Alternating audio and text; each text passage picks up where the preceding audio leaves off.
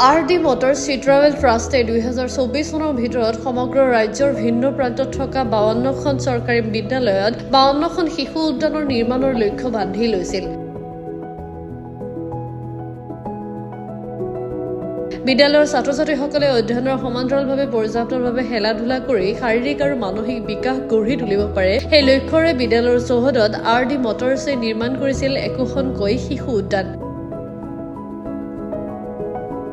বৃহৎ কোম্পানীটোৱে নিৰ্মাণ কৰা শিশু উদ্যানসমূহ RD মটৰ্ছ চি ট্ৰেভেল ট্ৰাষ্টে পৰ্যায়ক্ৰমে প্ৰতি সপ্তাহে শুভ উদ্বোধন কৰি আহিছে।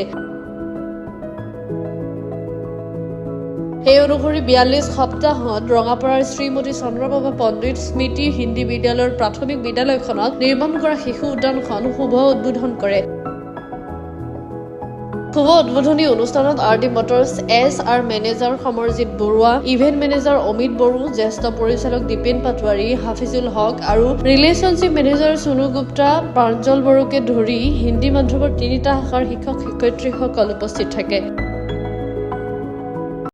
আমি RD মটৰ্ছ চেৰিটেবল ট্ৰাষ্টৰ পৰা 52 উইকছত আমি 52টা গভৰ্ণমেণ্ট স্কুলত আমি চিলড্ৰেন পাৰ্ক এটা আমি CSR এক্টিভিটি হিচাপে আমি প্ৰভাইড কৰি আছোঁ। তাৰ কাৰণে আজি আমি চন্দ্ৰপ্ৰভা হিন্দী মিডিয়াম LP স্কুলত ৰঙাপাৰাত ঠাকুৰবাৰীত আমি উদ্বোধন কৰিলোঁ আমাৰ চিলড্ৰেন পাৰ্কখন।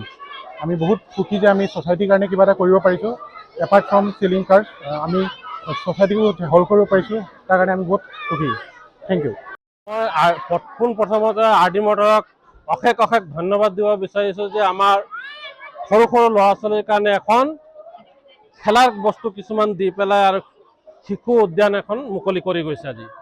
তেখেতসকলক বহুত ধন্যবাদ দি পেলাই বালিপাৰাৰ পৰা দিলীপ চৰকাৰ ৰিপৰ্ট, গ্ল'বেল NE 24/7।